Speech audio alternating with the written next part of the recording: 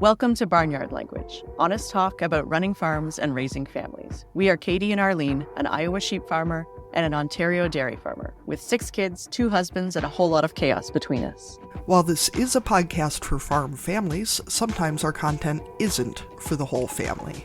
So kick off your boots, reheat your coffee, and join us for some Barnyard Language. Hello, everybody, and welcome to another episode of Barnyard Language. It's Arlene and Katie, as usual. Katie, what is going on in Iowa these days? Well, I'm clearly having tech problems, as all of our Patreon patrons can see that my camera's not working.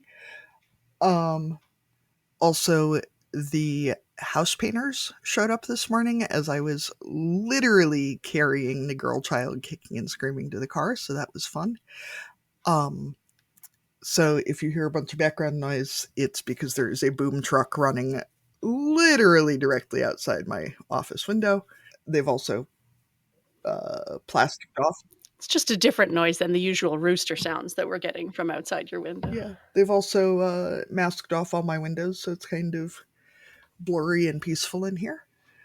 They are here to hand scrape and then start priming, and then they will be here painting for however long that takes. It's a big old house, so I imagine they might be here for a while. Is it wood or siding? It is wood. Our house was built in 1905. It still has the original wood siding and everything on it. So it was cream and burgundy when it was built. Then they painted it solid white. Then they painted it cream and green. Then they painted it solid white again. And now we are taking it back to cream and green, which I did not realize it had been through this white to cream sequence already. So I thought that was kind of funny that we were going back through that. So I think it'll look real nice. It feels, though, if you're going to go to the expense of painting a house, that you want it to at least look a little bit different. Yeah. I mean, once you do all that work to have it go back to exactly the same way it was before, it's like, oh, why did we bother? I mean, I know then that you don't see peeling paint and all that kind of stuff, but yeah, a little change every generation or so. It's nice. Yeah, exactly. And it's a little more expensive to go with more than one color, but in the grand scheme of how much it costs to paint a house, it's not that much more. Yeah, that's right. Especially, your house is a pretty big thing, and knock on wood, this is the only time that we are going to do this. So, might as well get what you want. Yeah, that's right. Yeah. So there's that, and we're very grateful that the painting company we hired has done several houses very similar to ours in the last year or two. So they are fully prepared to just knock this out. So there's been a lot of whatever you guys think is best. You paint a lot more houses than I do in this decision-making process. Yeah, exactly. What do you recommend? Do that. You do this. If you want to know about my job, I can give you advice on that. But this is your job. They're also going to do the outbuilding closest to the house that is the old milk house and is now kind of a workshop. Now, does house painting require you to trim back any of your gardens or do some cleanup or those types of things? Oh, God. A little bit. Yeah, a little bit. So if anybody needs me tonight, I'll be out bushwhacking around the house because I haven't done any gardening around the house this spring because I knew that they were going to be here eventually. But yes, moving all the bird feeders and the porch swing and yeah, everything's going to get a really hard trim and see what survives and lasts next year. Yep.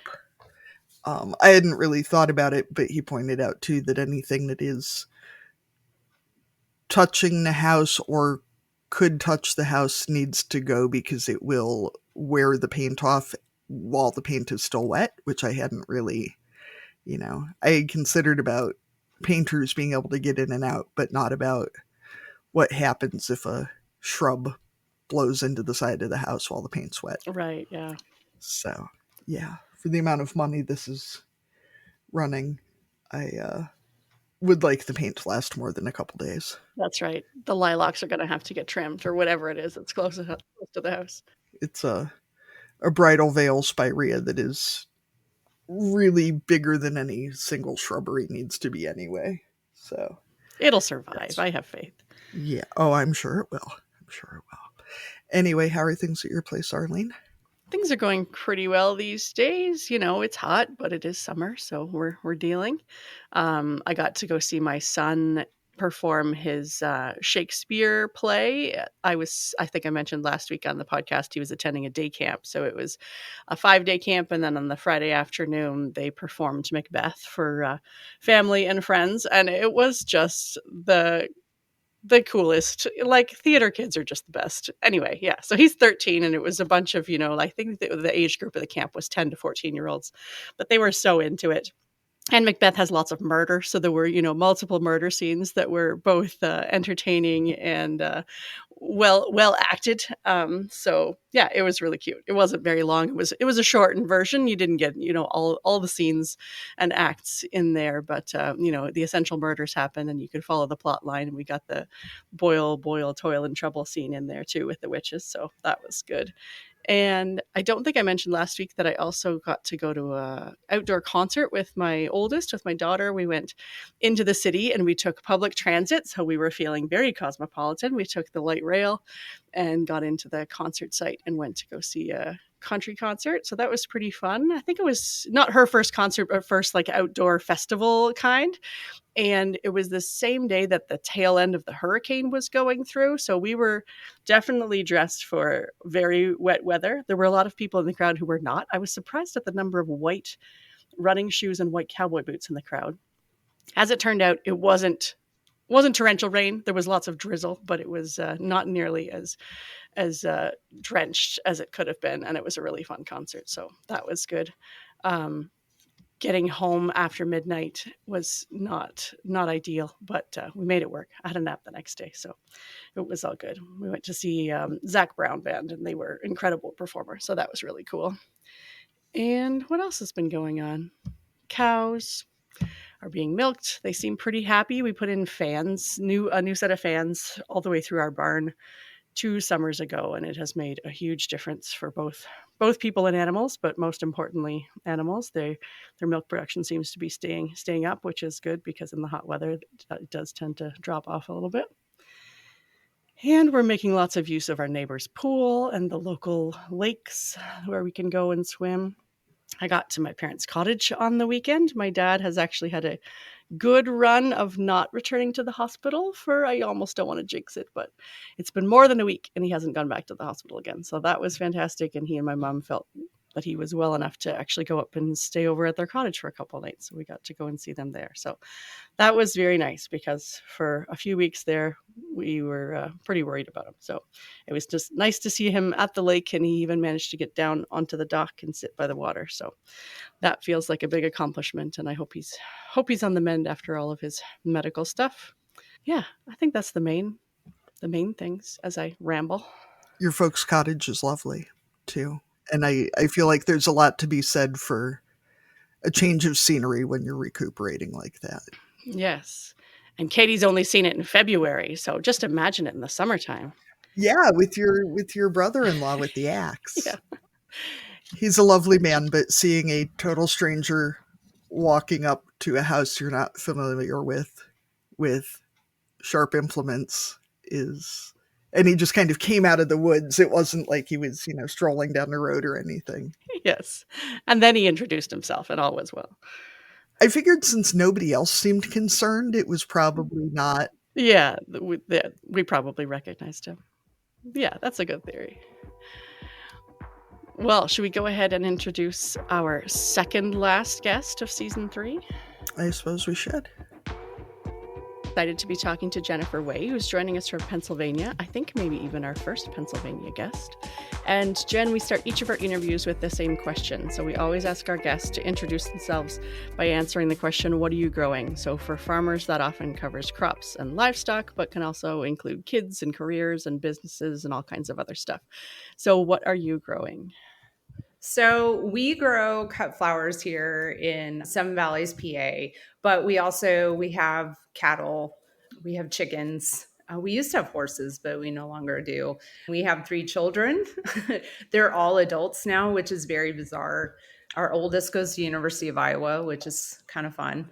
And we have a son in between that goes to a state school in PA. And then our youngest will be going off to NC State. So, all over the place. I'm a school counselor. I'm certified in the states of PA and California, oddly enough.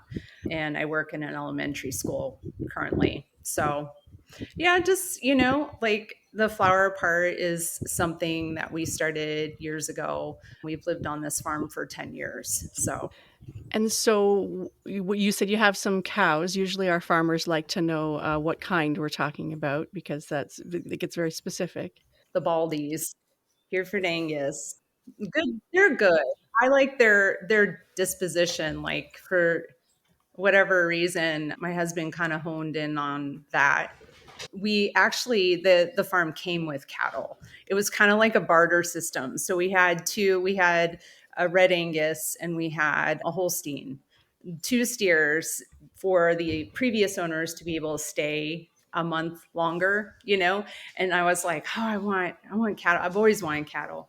Even when I lived in, cities, I was from California. And so I was like, oh, I love cows one day. But yeah, we had two steers. And then my husband bought a cow and her heifer. And then we bought a bull.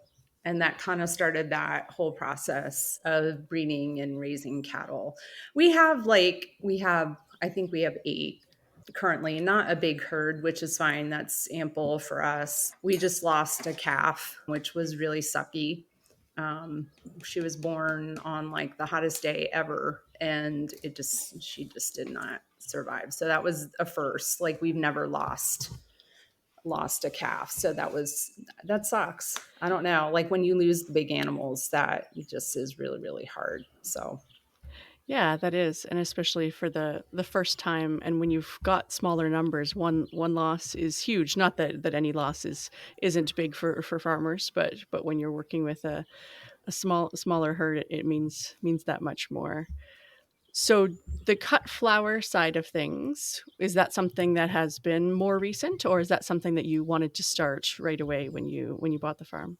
we were kind of like when we bought the farm 10 years ago, we were trying to think of what are we going to do with this? Like we're not from agriculture families. We didn't like just like have a family farm that we bought from. It was kind of like a lifestyle change for us. And so flowers had always been something that I loved growing. I always, did gardens on our other properties that we had. And I think Chris found some blog about the 5 easiest cut flowers to grow. And he plowed like rows one year in a field. And I just planted seeds, like zinnias, sunflowers. And then it kind of grew from there. Like the social media like following started to pick up. This last few months it's really picked up. Like I was always at like a certain amount of followers for so many years, but and then I got smarter about how I grew things. I took some workshops and classes and figured out how to succession plant, how to lengthen the season. Then Chris built the flower house, my big she shed, I guess you could call it. It's where I hold workshops and I do all the prep work for events and for bouquets, and people pick up their bouquets there. So there's been a lot of involvement with it. It was pretty like tame at first, and then it kind of just took off in different directions. And now I'm kind of like, I'm working for my licensure in Pennsylvania to provide therapy to kids, utilizing the farm and utilizing more so the flower part of it, not so much the animals. I don't want them near the animals because that's a whole different ballgame. But, how can I incorporate the flowers? There's many different ways, but utilizing therapy for kids. So Hmm. So you mentioned workshops. Are you doing flowers in terms of at a stand, farmers markets, deliveries? There's so many different ways to market products. What's your chosen method, or maybe all of the above? well, we have, a flower stand Chris and the kids put together a flower cart. And so that sits kind of on the edge of our property. And people, we have two road frontages. So that's nice. This is like the less busy road. And so people can stop by and get bouquets at certain times of the week. The other part is doing the workshops, but also I used to sell like to retail. So like I would bring flowers to a coffee shop, drop them off, and then people could buy there. That coffee shop moved, so then I stopped doing that. I did workshops last year at a brewery, and that was kind of fun. But people can buy flowers online on our shop, and I'll put them out for them to pick up. We also have like a flower share CSA sort of thing. So people prepay a certain amount and then come every single week and pick up their bouquet. So I think it's been really fun with the advent of more people shopping online, and now that you can do so many things like flower CSAs or ordering online and picking up, and it's more normal to folks now than it would have been even 10 years ago to, pay money for something from some random person and then get it later, or, whatever, that it's not just, I have to have $10 cash and then I can get this thing if it's out there. well, and it used to be easier too. Like I would post, I'm no longer on Facebook, haven't been on there for a couple years, but there was a local kind of county page that had a lot of followers, and I would post on there and I'd say, "Oh, there's bouquets available." But then, social media got weird.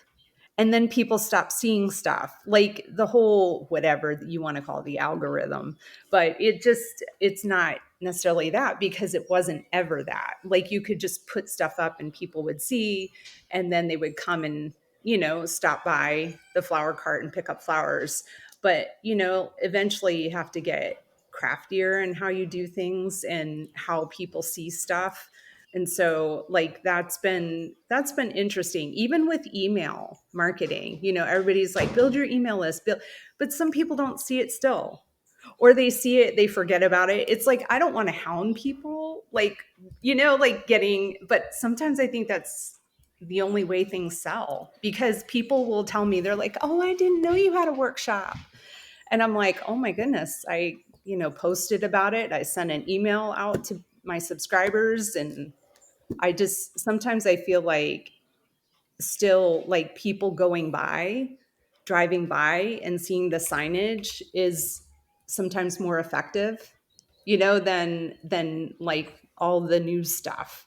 So I think that, like having an area where you visibly, like people can see your, signs and go to your stand, that sometimes produces sales. But it's often the people that have been following me for a long time, they come back all the time. And then there are new people that pop up too. It's just weird. Like the whole social media thing is kind of weird, but it is interesting. I was so against posting reels for so long. And then I'm like, I'm going to figure out a way that works for me. And so I think that has been very effective in bringing in new people. And, eventually I would like to kind of focus on some more online classes in specific areas, because I know there's a lot out there like how to grow flowers and how to start a business and stuff. But I'm trying to hone in on what exactly I want to like offer people.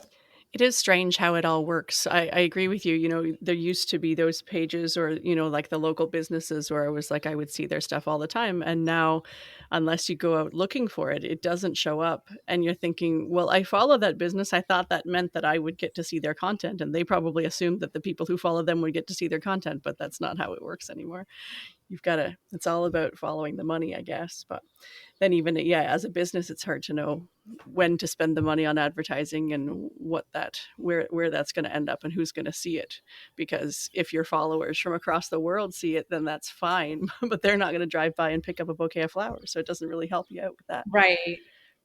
It's kind of the conversion factor. Mhm. Everybody talks about, it's like converting that to sales, and that's a big part of a small business. Like it's all fine and dandy that you're putting out this, I don't know, this content, but what is it doing for you? And so that's kind of uh, like kind of a crossroad. I think you go to, you kind of find yourself at often with, having something that is visible in social media.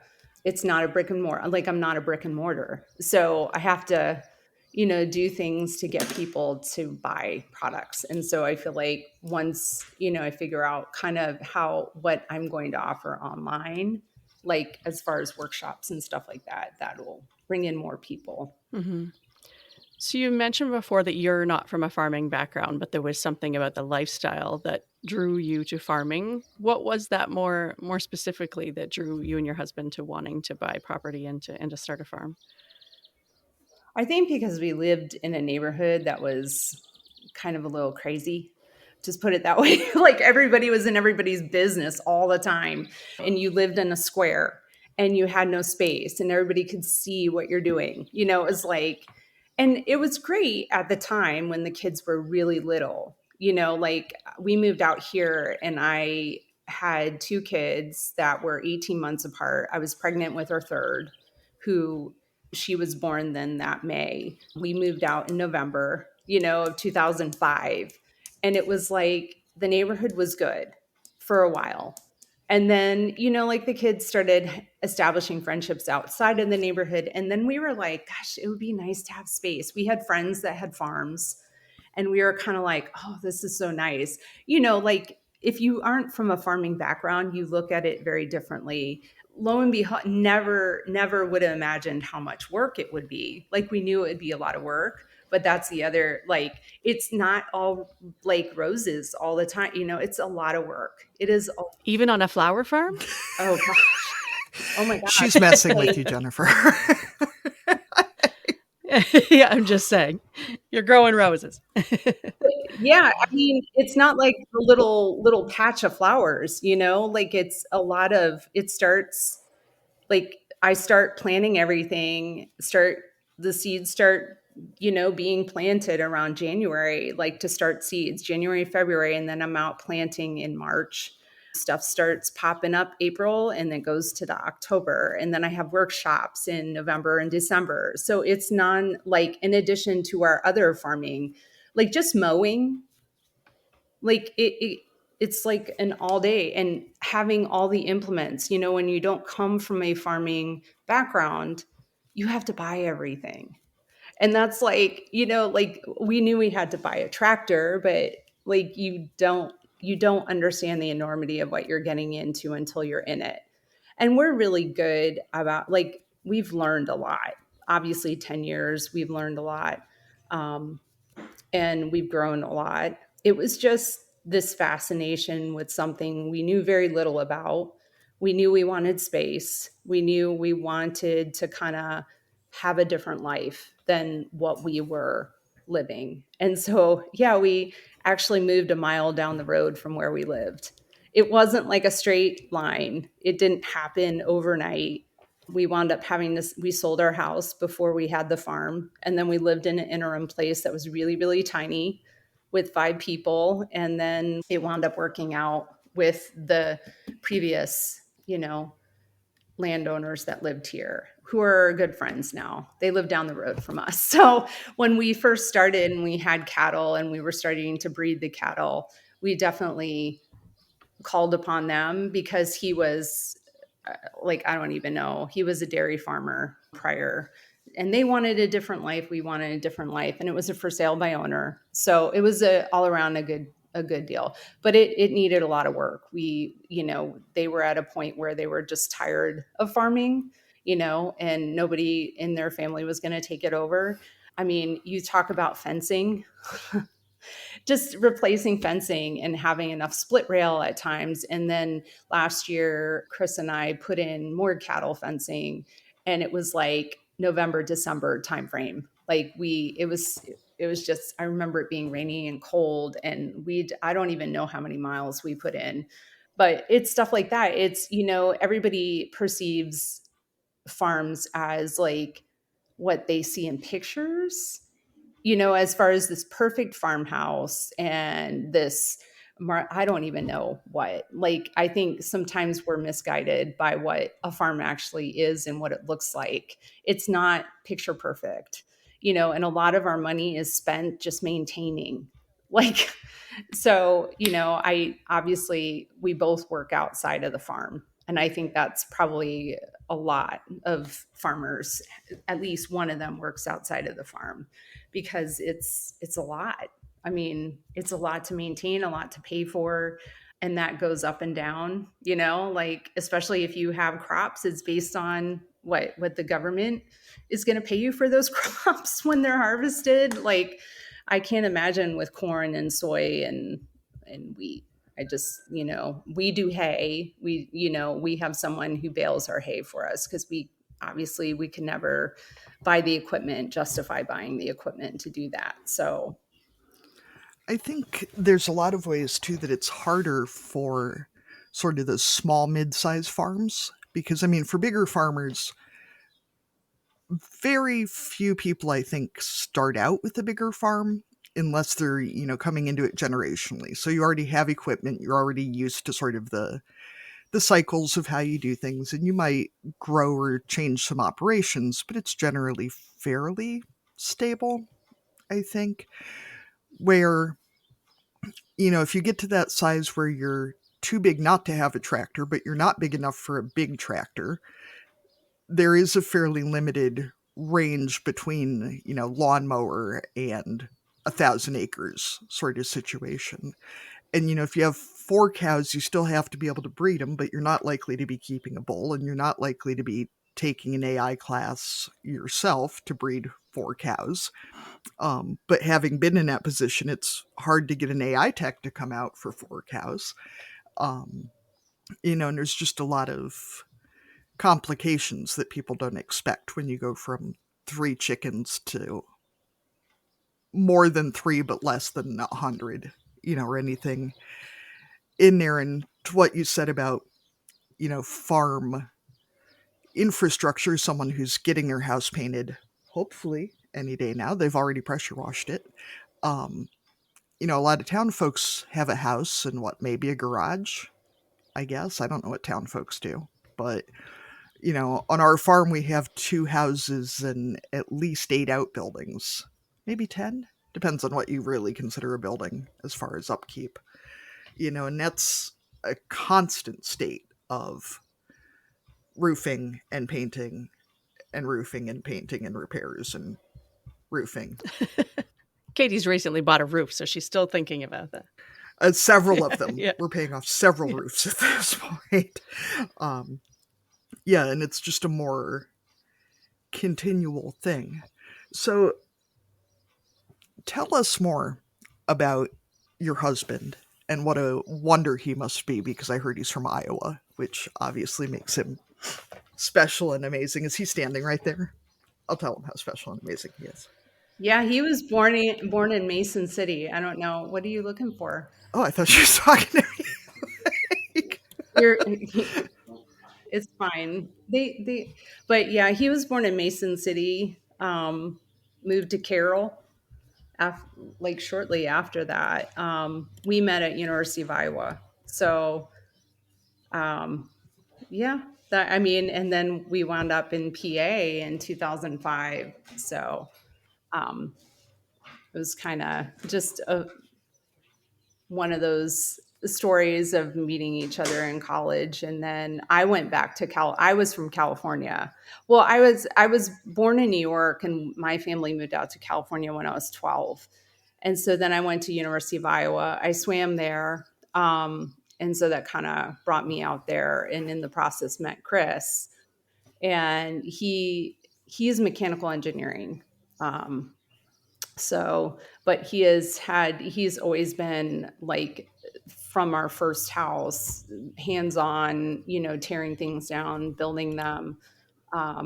So he's had to learn a lot with the farm. And, like, people don't, it's not even just the outbuildings, it's the equipment, like having to keep up with everything, and we don't have new equipment.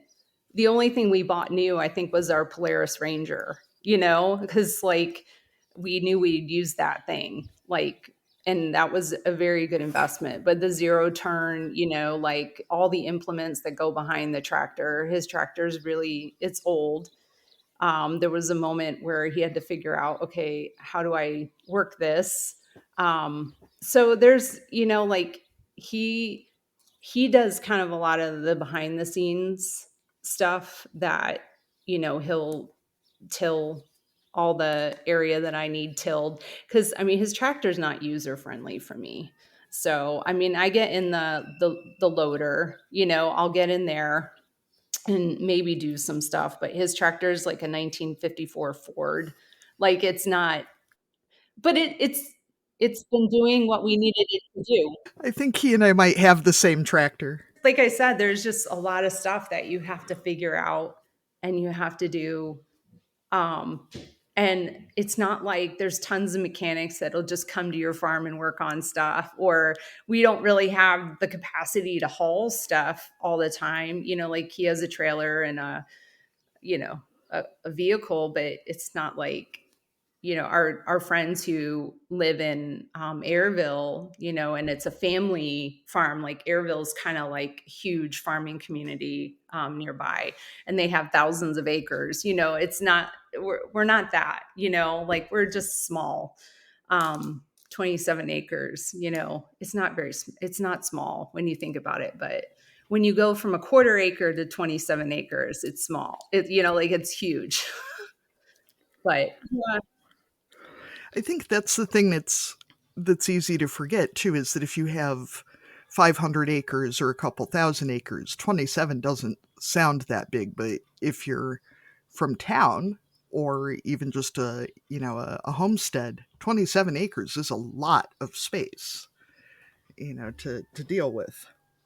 yeah. I mean, like I said, just the mowing alone sometimes will take a day, just to kind of mow all the areas and get everything taken care of. Like we had to prepare for a graduation party last weekend, and like getting the farm presentable. Like people just assume it's always like just glorious and lovely, but it takes work. It takes weeks of work, especially when it's like desert dry. Like we have had no rain. And so everything's just brown. Like it looks like California, really, like where I came from when we have the wet season and the dry season. And right now is just, we desperately need rain. But that's always, I feel like there's always those moments. But for some reason, June was very dry. We had a very wet spring, which was good, but June was not. And it was very hot. I don't know if it's been hot where you guys are, but like 90s, 95, like last Saturday was 100. Like that's not June weather. It might be July, but So when you're talking about the work, you mentioned both you and your husband are working off farm as well. So how do you try to balance the off farm jobs, farm life, and actually, having enough time to sleep and eat and take care of yourself? And then what did that look like when the kids were younger too? Because I mean, you've got older kids who are out of the house now, but when you first started out, you had three young people at home who also had lives and commitments and all those types of things. So how have you made that work over the years? I don't know. Like I feel like it's just, we have to go to work. So you kind of like for school year position, my school year is from August until the end of May, beginning of June. And so like every weekend when things are still growing is spent catching up, or when you get home. And when we had to transport the kids everywhere, when they started driving, it was like freedom found, like as soon as they all could drive, that was really, really helpful. But yeah, our youngest is swimming. Like she'd have 2 practices a day. Her meets sometimes last a week. Sometimes I couldn't go to those meets, so she traveled a lot. Like it's one of those that's one of the drawbacks, is like it's not like you can just go on vacation easily. We don't have employees working for us, so if we go somewhere and the kids aren't here for whatever reason now, you know because our kids have their own stuff. They have internships. They go to school. They have jobs. So it's kind of a hard place. Even now, it's like going away. Like we'd love to go on a vacation, but it maybe has to happen, when we are able to get someone to take care of things. Because it's not so much the cattle and the chickens, it's the two dogs too. Like I'm not, like we usually, last time we left, when we brought our oldest to school, um, we drove out there and somebody came in and took care of the animals. And that was really helpful. But it's a lot of planning. And that's the same as when they were younger. um, we had to just plan things. We had to tag team, and still keep up, like with everything. So it meant all the weekends, all the evenings.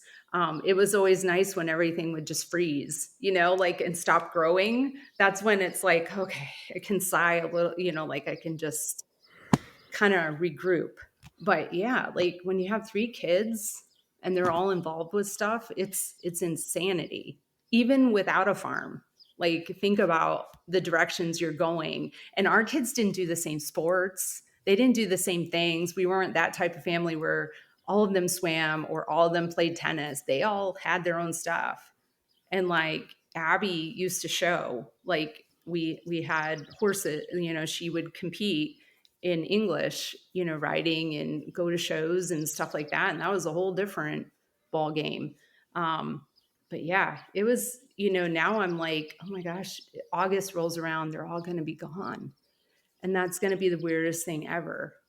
Like, how do you go from 100 miles an hour to like, and I'm not a person that sits around, so obviously I'm not gonna just be like, oh, okay, now I'm just gonna lounge and do whatever.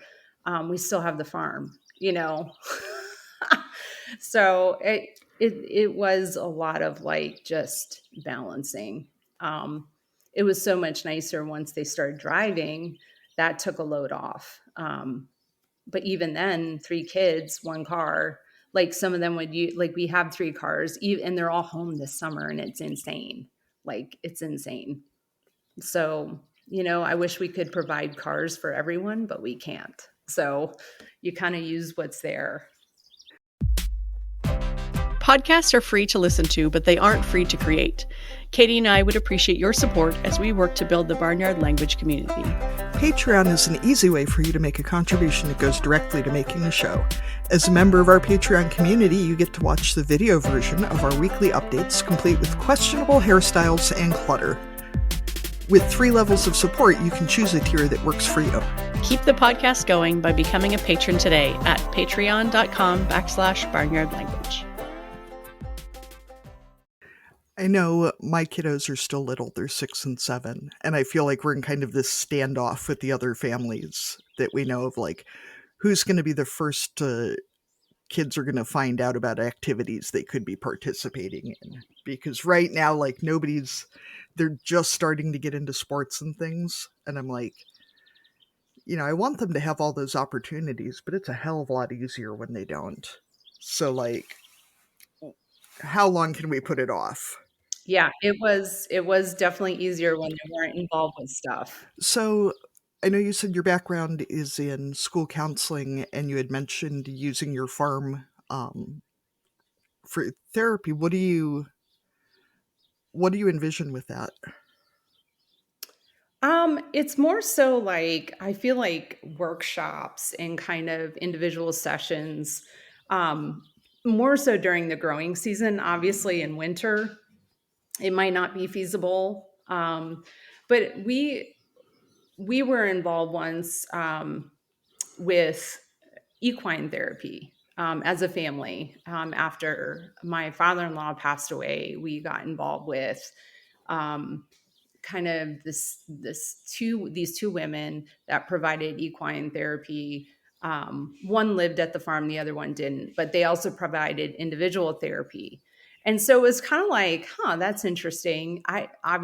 We don't have horses anymore, but I know that I know, being a school counselor, and I've worked with kids since I graduated from college. there's just there's not enough out there for kids. And usually sitting doesn't work with the younger ones.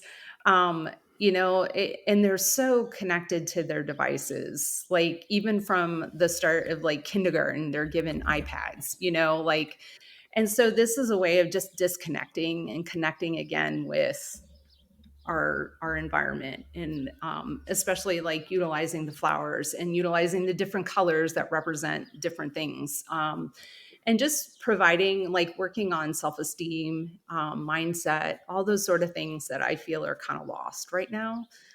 Self-regulation, these are all the big things that I see, that are needed. So my hope is that kids can come to the farm, and they can do something productive that has some structure to it, but also provides some sort of information to them and skill set that they can leave and utilize outside, like when they go back home or go to school. And maybe that's something that's continuous, like every week you come out and do something different, and this is what you're learning, and this is what that's how I see it. um, it definitely, it can be different, but for me, it's more active. It's movement. It's not sitting, and it's not your traditional therapy of talking about this. I want them to leave and actually put into um, action what they're learning, and kind of work on those skills that are necessary. Um, so that's how I see it. Not sure about ages. I've worked with all ages. So definitely there's a lot out there. There's a lot to understand of what we need as a farm to provide those services. It's not just me, Jen, being a therapist, like I have that skill set, but and definitely the liability, I have that insurance, like there's just all these other things. Okay, what else do we need? And so it's kind of getting all that into place before offering, like whenever you have people on your farm, um, you have to, make sure your T's are crossed and your I's are dotted, and, everything is in place. So, Well, I think it's so great to look at any time that you can put therapy in a less therapeutic setting. I think for a lot of folks, telehealth has been great because you can be somewhere that you already know. And for a lot of us, speaking for myself, I don't really want to be like face to face staring at someone while I talk about my feelings. Like, I would much rather be out sitting in the dirt doing something. Like the same way that your kids will talk about anything if you're in the car, because you're not like, let me stare at you and you can tell me all of your biggest fears. Like, that does not sound awesome. So I think anything where you can get people out doing things while you talk about stuff is just so much better than let's just sit here and have a really terrifying moment. and talk and like sit in silence, because that's a lot of times what happens. If a child doesn't know you, they're not going to open up to you right away. It takes time. But when you're actively doing something and they don't, it doesn't click in their mind that this is therapy. Like, that's what I want it to be like. It's not therapy. It's something, it's not necessarily like talking about these personal things. As you get to know kids and you have them, like, I do groups at school. Some of them are lunch groups. Some of them are a little bit more structured, like they happen sometime during the school day. And they're usually half an hour the most, because that's where we're at, age wise, like time, ability to process stuff. Like, um, and lunch groups are nice because they're eating, like we're all eating together. We're just talking about stuff. But yeah, like they have to be doing something that they enjoy doing. And then the other stuff will come out, as they feel more comfortable, especially in group settings. When they start to feel more comfortable, they start sharing more and more. And some will share, like I had a girl who would write down everything. It was just funny. You know what I mean? Like she would write down stuff, and she would email me too, like these bizarre long run-on sentences, and I saved all of those because they were so precious to me, because they were so, it was like one night it was about talking about there was a spider above my head, I couldn't sleep, like random stuff, from elementary school kid, upper elementary, like I'm K through 6 building. So, as an older kid, but it was just, it's funny. Like that stuff is funny. So whatever works for the students, like, or the kids, is kind of the direction that I go. I definitely am not, I can't sit. Like I can't expect a kid to sit for very long. So even my chair at work is an exercise ball, like on a roller, and all the kids always love that. They were like, "Oh, I like your chair." And but I'm like, I always sit on the edge of my chair. And so then I have that going in, like it winds up hurting me. So I was like, years ago, I got this exercise ball chair, best thing ever. Um, so that was, like for me, I'm looking at, okay, what else can I offer that isn't out there? There's a lot of like mainstream sort of therapy. There's a lot of play therapy. There's a lot of, but it's in stark buildings. Like everybody wants a piece of a farm. They might not want to own it, but they know that it's a good tool.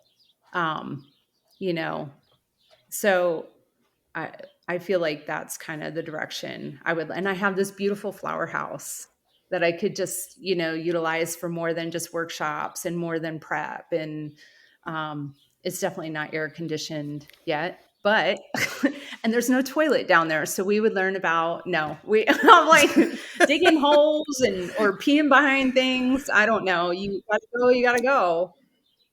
It seems like too, though, sorry, being able to offer workshops gives you so many opportunities for like being able to bring families in to do therapy together, or to be able to do somewhat more group stuff. That I think for a lot of kids and parents, if the relationship is strained, being able to have a moderated activity together can be really helpful. That's definitely something that could, and sometimes, like first the parent, yeah, might be part of the issue. And so the kids, just establishing that safe connection, like, and then like slowly incorporating family is definitely, I think all families have kind of their strains at times. I know. I mean, no, nobody's perfect. So definitely, I think it'd be cool to have some family workshops, people doing something constructive together. I wanted to do a tallow workshop, tallow making or candle making or something, using what we produce here, but also like even doing like flower pressing and making something together, that becomes a picture. Like everybody does their thing and you put it together as like a collage. Like there's so many different avenues to go. It's just kind of like laying everything out. And I feel like I'm really good at coming up with ideas, putting them all into action. Like my brain is like this all the time. And so sometimes I have these awesome thoughts and stuff, and I have to, like this one, I have to be calculated and take it, like, because I won't finish my supervision hours until the beginning of December. So then you, like in the state of PA, you apply, you submit all this stuff for them to like say, oh yeah, now you can be an LPC, licensed professional counselor. And then there's the liability insurance, then there's like getting your word out there, and bringing in clients and stuff like that. So there's a lot. I don't know. Yeah, there's a lot of steps between here and there, but like you said, you've got a lot of amazing ideas, and I think there's definitely a demand for it. So, I'm curious about, say, if a listener is a parent who feels like their kid needs to be in therapy or would benefit from a therapeutic relationship, where do we start? How do we know, what kind of therapy we're looking for, how to find one that is going to fit our kids' needs or what they require at whatever stage they're at? I think the best place to start is always with the school counselor. if you have them in your school, just reaching out to them and saying, hey, these are my concerns. I'm not sure if my child needs therapy, or they just need someone to check in with for a few weeks, or they need like a group. And usually school counselors are pretty good at discerning, because we're not therapists. Okay. And I think sometimes that, like, parents' perception of what my job is and what I'm able to do and provide in a school setting is very different than what they think I should be doing. And a lot of times they think I should be a therapist, and I'm like, I'm not a therapist. But what I can do is I can kind of discern if your child needs therapy. So I think that is a good place to start, because oftentimes the schools will have a list of therapists, like, or they have school-based therapy. Our school district offers school-based therapy. So kids don't have to be driven to a therapist somewhere else. There's, like a provider that the school is contracted with that sends a therapist into the building one day a week, and they have a caseload of students. Sometimes that's a wait list, but it's still an option. Then they're associated with an agency that could provide therapy, outside of the school setting. So I think that's always the best place to start. If you start with a doctor, the pediatrician, a lot of times the pediatrician, like, they know a lot about kids, but the mental health part, they'll start directing you towards other things, or like just the standard list of like, oh, this like, in our area it's like WellSpan. They'll give you a list of WellSpan therapists or providers, and then the wait lists for those are like 6 months. So that's the problem we're running into, is not a lot of parents know about the independent therapists. Psychology, I think it's psychology.com, has all those independent therapists. I think it's something like that. I was going to click, but that is a good way of like finding. No, that's not it. I think it's Psychology Today, but I would have to double check that. But there are kind of places where you can find independent therapists, and you just Google it, and then it'll give you like, therapists that for children in this area. Um, that was helpful in me finding actually my supervisor, because I have to go through an LPC to supervise my hours, to get licensed. And that's how I found her. And I think it was like Psychology Today or something like that. But it's very helpful, because there are different, Psychology Today. So find a therapist, psychologist, counselor, and that's a way of just kind of being more specific and finding those independent therapists that aren't affiliated with the big hospital, like, medical whatever, that would have wait lists that are like literally 6 months. Like, to see a psychiatrist, a child psychiatrist, is sometimes a year. And that's like mind boggling. Yeah, and that's a huge chunk, like a year is a long wait for an adult, but if you're talking about a 6 or 7 or 8-year-old, that's a huge chunk of their life. They're going through so many changes in a few months, much less a year's time. So, how did you find that your parenting changed when you moved to the farm?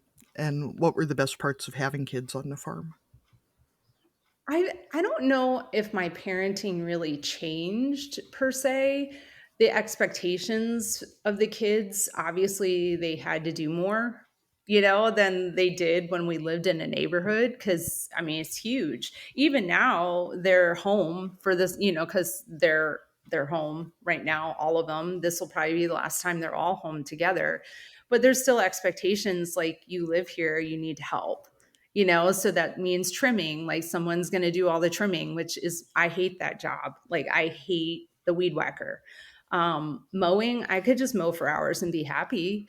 But yeah, you need to mow, you need to trim, help me down at the flowers, weed. Like, thistle is real. Like, you just got to get it out. There's in taking care of the animals and watering them. I just really want a t-shirt that says "Thistle is real" on the front. doesn't that just sum it all up? Yeah. And I feel like it would have a picture of a thistle and then the root going all the way down the length of the shirt because it's not just what's above the surface, right? It's Yeah, it's horrible. And it keeps going and it doesn't, like, you pull it and pull it, keeps coming back. I'm like, oh, well, mow it down. It's just, it won't, it's like that and milkweed, and like pigweed. Like I can talk to you all about different weeds that grow. But yeah, like there's expectations. And then they got to do stuff that normal kids, like they understood things differently. It was so funny, their perception, like just even with having chickens and eggs and the different colored eggs and just understanding that. Like we were on the road the other day, my youngest and I, yesterday, and there was a brand new combine like being pulled down the interstate. And she was like, oh, there we go. Like that thing isn't cheap, like, cause she knows how much they cost, they're the price of a house and somewhere, you know what I mean? And so it was like a narrow, and she's like, it was going by another truck. And we're just like, oh my gosh, it's like expensive piece of equipment. But like our kids understand things differently. They've had to take care of, like Abby had to take care of her horse. That was a whole process, getting horses. My husband came home with a horse one day, a rescue horse from up the road, because they were moving and they thought, oh, you need to have this rescue horse, this crazy Appaloosa.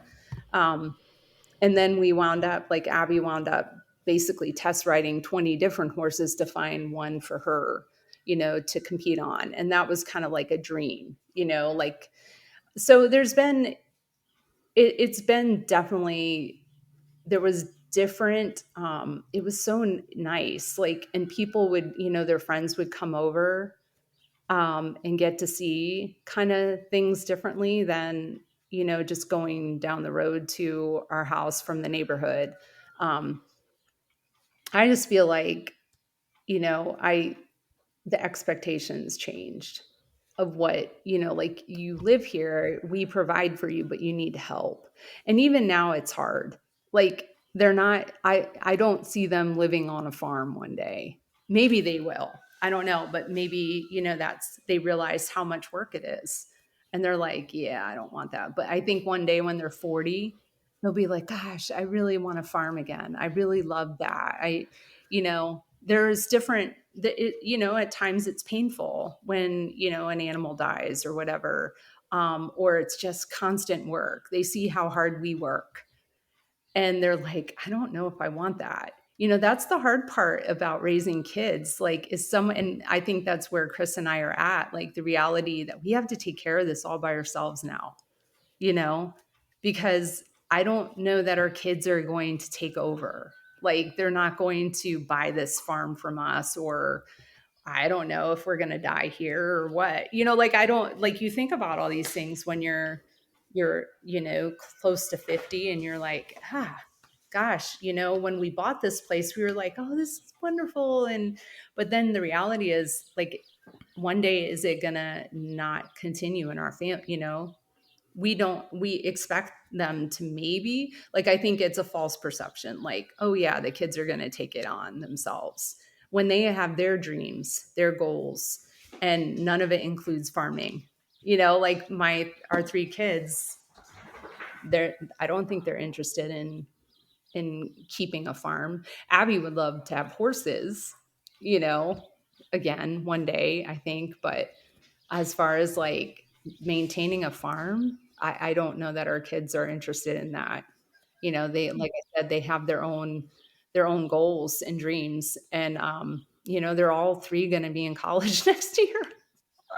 We didn't plan that very well, but and our oldest will be done in December, and we'll start looking for full-time work, and that's crazy.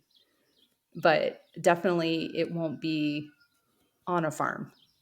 So it's amazing the changes that you think about have happened, in the last 10 years, right? In your life and your kids' lives. That was actually a question that I had. I was curious about, Katie and I are both married into multi-generational farming families. And I think as a multi-gen farmer, sometimes you feel like kind of an obligation to create at least one who wants the farm or who would be a successor. So do you feel like there's that same obligation or as a first generation farmer, or is it more just the vision of, well, maybe they'd want this place or maybe they would want this lifestyle? I don't think we really ever expected them to carry it on. I don't think there's any expectation. I think I think at one point it will, move on to somebody else and bring joy to somebody else. It was the same as, the McWilliams who had the farm before us. Mark grew up in a multi-generational dairy operation, like farm. This whole area before there were neighborhoods was a dairy farm, and it slowly got broken up and sold. And we're the last part of it. So I definitely think someone one day will buy this place that wants that life, like we did, you know, when we're kind of just, it's too much for us.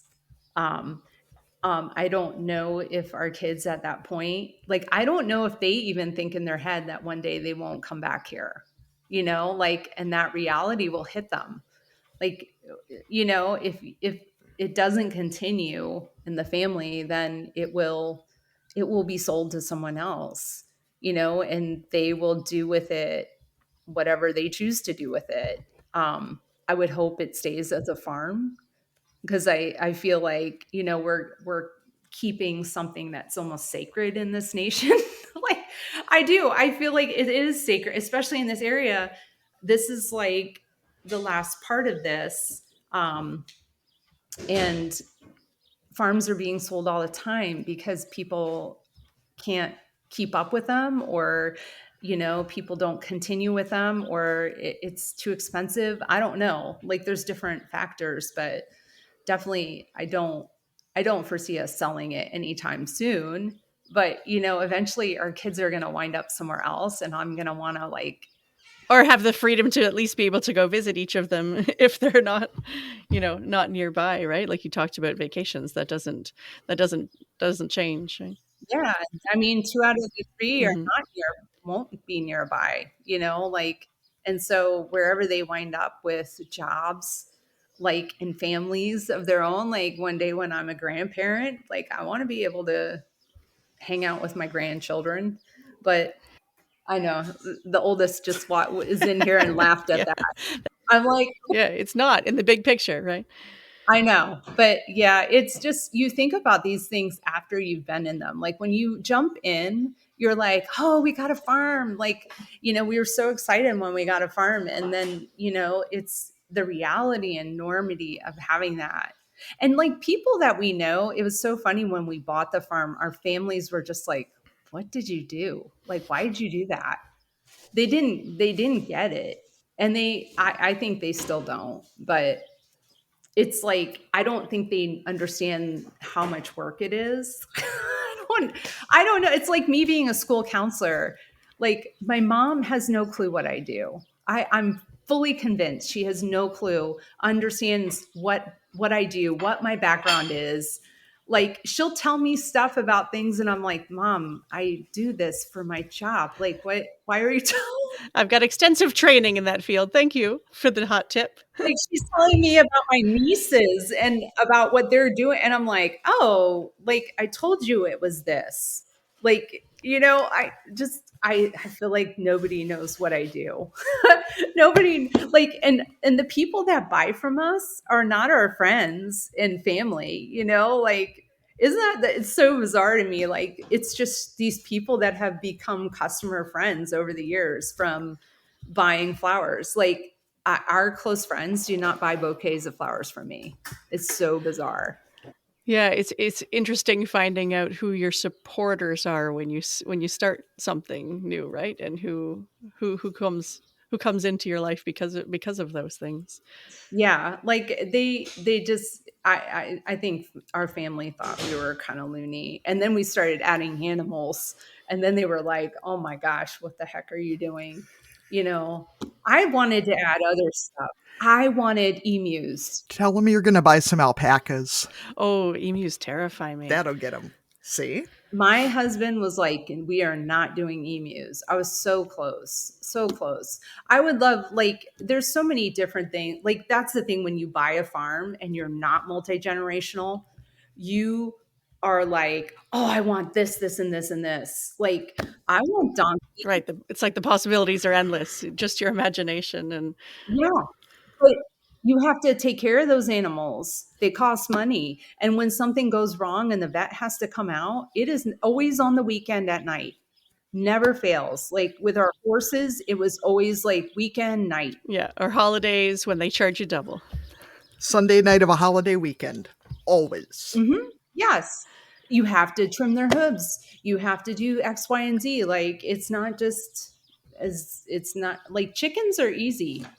Like they get whatever. You can go on YouTube and figure it out. Sometimes I can figure out stuff with the bigger animals, before calling a vet. But like, when you buy a farm and you're like, always you like, oh my gosh, all these animals I could have. People are like, you can get goats. I don't want goats. Then how do I maintain goat? They don't stay in. They're awful. Yeah. More fencing and then more fencing. But emus, they would scare every person possible. Like you would not want to tread on our land. Like no, you would not want to drive up the driveway if some 6-foot bird is coming at you. Like that's not a therapy animal for sure. No, emus are probably not therapeutic. I follow the useless. Have you ever seen the Useless Farm? Yes. Yeah. Oh my gosh, because she's in Canada too. Yeah, she's actually not too far from me. Karen is like psycho. The psycho emu. Yeah, I don't even, sometimes those emu videos I don't even like to watch because it's like, oh no, it's coming towards me. I know, but that's like, that's someone probably just takes in these animals. And I think Karen was a rescue from what I read, and that's why she's the way she is. But I don't know, like emus fascinate me. But I could never just hide that animal. It's like, oh, I'll just put you with the chickens. No one will, Chris won't notice. Yeah, it'll be fine. But everybody will be freaked out. I guess an emu is pretty undeniable too. It's not like, oh, someone just dumped it. I don't know where it came from. Like it's an emu. Yeah, like a stray barn cat, that kind of thing. You can pass off. Yeah. So like you get them from a breeder, they're not cheap, per bird. So, and I don't even know. Like I just thought that would be hilarious to have emus running the land. I feel like they too might be the kind of thing where you might want to pre-check with your vet and be like, if I bought an emu, would you actually be willing to look after it if it got sick? Because there might be some vets who are like, no, I'm tapping out on that one. I know we had the ones for the cattle. We had the equine vet. We have our dog vets. Like there's so many darn vets out there that you need to be aware of. Like, and do we have any that are, like poultry?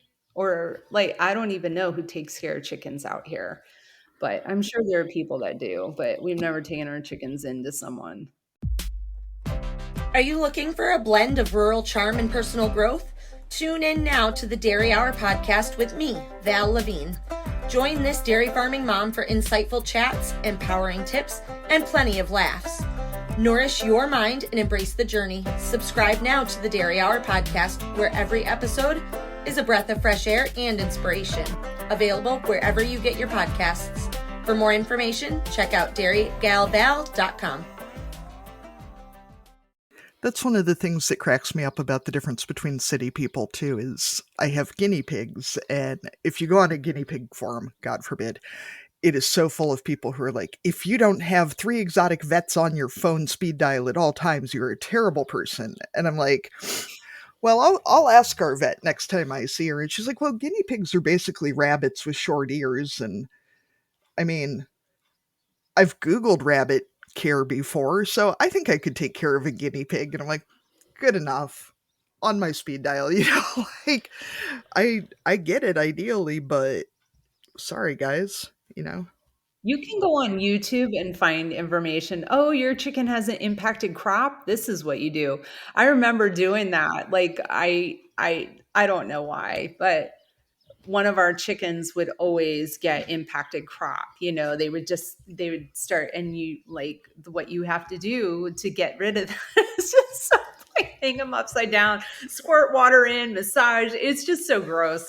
But yeah, I mean, a lot of times we figured out stuff by just kind of looking for information before we have to call a vet in, or we kind of, like there's a lot of cattle farmers right around here. Like we have access to people. Okay, like, hey, this is going on, what would you suggest? you know and luckily we really have had healthy cattle. Like the last one with like the little heifer that was born, there's just, I started to realize there's something wrong, like, and then she was too far gone, and I was like, it was the worst thing. I'm like, she's so sweet.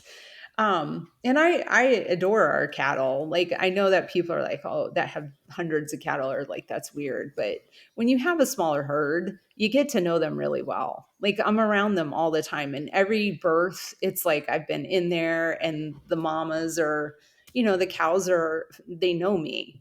If someone alien comes in, they do not like that. Isn't that the funny? That's just the funniest thing about them.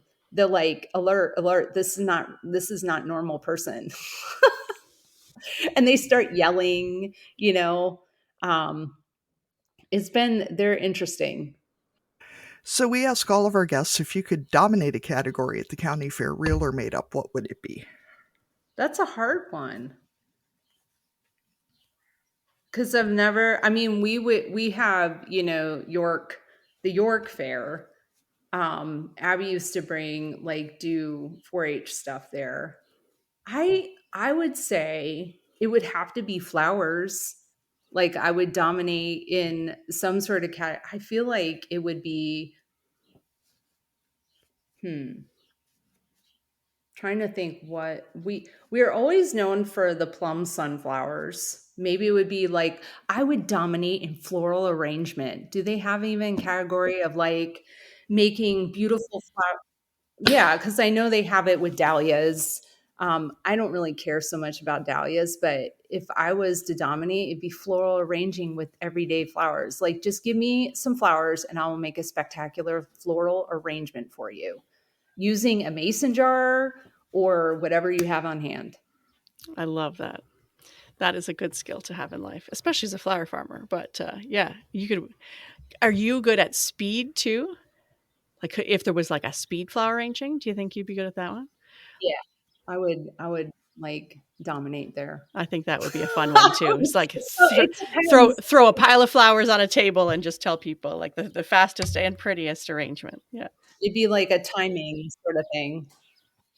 It would be like Iron Chef, but with flowers. Yeah, yeah, that's right. Yeah. I love it. So we will go ahead and move into our cussing and discussing segment. If you're a listener and want to submit your cussing and discussing, you can go to our SpeakPipe or our email and check the show notes for those. So you can either give us a voice memo or an email that we will read out. Katie, what are you cussing and or discussing this week? Well, Arlene, it is the end of June, and we are finally done with first crop hay. And today's the first day in quite a few days that it has not been. I will admit, I love being outside, but I hate bright days. I hate it. It makes my eyes hurt. It makes my head hurt. I don't like it. So bright as in like no clouds or like even with clouds, Iowa is a very bright place. Okay. It's just, well, there's nothing blocking the sun. You're like, yeah, there's no hill. it's flat and straight. well, yeah, it's just bright. Anyway, today is one of those days where it is overcast and cool and slightly breezy and raining gently. And I just feel like it is really fucking inhuman to expect people to get anything done on days like today, especially if they work from home, especially if they have a nice cozy couch just right in their office. It's rude to expect me to get stuff done. Today is obviously a day for laying on the couch, reading novels, maybe drinking some tea, eating some snacks, and taking a nap. It is not a day for getting shit done. I don't feel like I should feel like I have to get shit done. I also feel like my boss probably would not agree on whether it is totally reasonable to expect not to have to work on. Right, that you should just send the weather report and be like, this is a couch day. I should not have to meet my quotas for today. Yeah. Are you a visor person, Katie? I feel like that would help with the brightness. You know those classic the little visor hat things? I actually got the auto darkening glasses, and that has helped substantially. But I think at this point, I'm just so used to it being deeply physically unpleasant to go out when it's bright that now I'm just like, eh. And then I feel like a little mole creature from the subterranean depths when I do go outside. I'm like, it's too bright out there. I can't go outside. Yeah, like a vampire. It's bad. You're actually nocturnal. Maybe that's why I like bats so much. Maybe I am actually nocturnal. That might be part There of you it. go.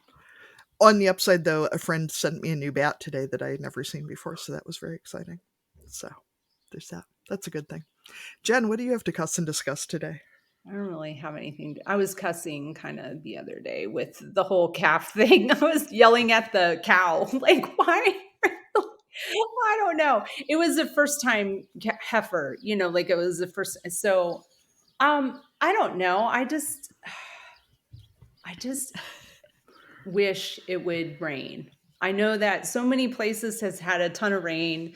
I'm just so tired of feeling like grapes of wrath here. It's just dry, it's dusty. I don't know.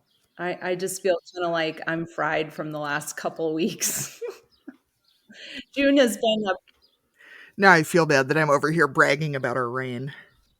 Well, I mean, it's not bragging if you're getting flooded out. So it's just that. Yeah, flooding, it's one extreme or the other. It's never a happy medium. I felt like our spring was awesome because last year spring was kind of dry and we wound up having, it was dry. But this just, I feel like I wish I didn't have to worry about the weather so much, it's so stupid. It would be nice to be just a normal person that doesn't care, that is unimpacted by the weather.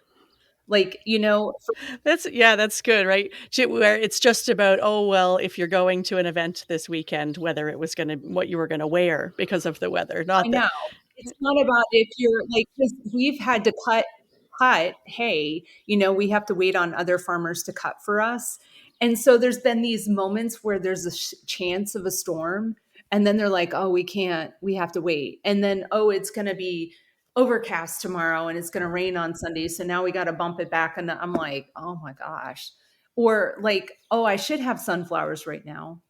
But because it hasn't rained for a month, they're everything starts to get stressed and doesn't produce. And so, yeah, I wish I didn't have to worry about the weather. I really can't control it. Yeah, that your entire livelihood and life depends on what comes from the sky. Arlene, what do you have to cuss and discuss? So I feel like I probably did this one last year at the end of school because we're recording at the end of June and my kids are just a couple days out of school at this point. I feel like I maybe have done this one before, but you're going to get to hear it again. There's this, I don't want to call it guilt, but there's this weird kind of in between of I feel like farm parent summer where my kids are going to have to do a certain amount of work, which is fine. Like you said, Jennifer, that's, the expectation that they are part of this family and we are part of a farm family. And so work is going to be part of it, but also trying to fit in enough fun that it still feels like summer and that they're having a good time. But it's also a lot of time together, which is good. But now that they're older, we have different schedules and they're all doing different chores at different times. And so I'm trying to figure out, how to fit in some of that fun stuff and incorporate the people who want to come with me and then also get back in time for chores because, the cows have to be milked or, equipment has to be run or all that kind of stuff. So it's just the balancing act of summer. And then in the back of my head, there's that non-productive, and I probably should just delete it from my memory, but that you only have 18 summers with your kids, which is not true. But Not helpful. My oldest is going to be 22, and Okay, so I got a few more summers. Yeah, my oldest is 18, and I see her coming back again next summer too. So yeah, I should just delete that. But anyway, that's where I am right now. Your oldest, though, Arlene, is like our oldest. I think that someday you're going to leave the house, you'll come back, and she'll have changed the locks and renamed all the cows, and that'll just be the end of it. So, Oh, possibly. Yeah. She'll be like, so I'm going to run the farm now and you guys can go somewhere else. That may be true. Or she might get, hired by someone else to run a farm in some other place or country. Who knows? She's very, very efficient. We will see what happens. you better just warn her to stay out of the ag clubs so she doesn't end up married to a dairy farmer. Yeah. That was not my dream, and yet it happened. So who knows? Yeah, you cannot predict.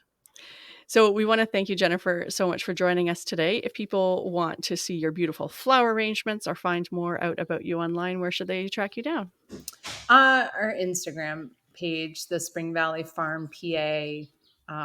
Definitely, that is our only social media account. Yeah, and you can see the lovely flower arrangements in mason jars because I've been watching those videos lately and they're delightful.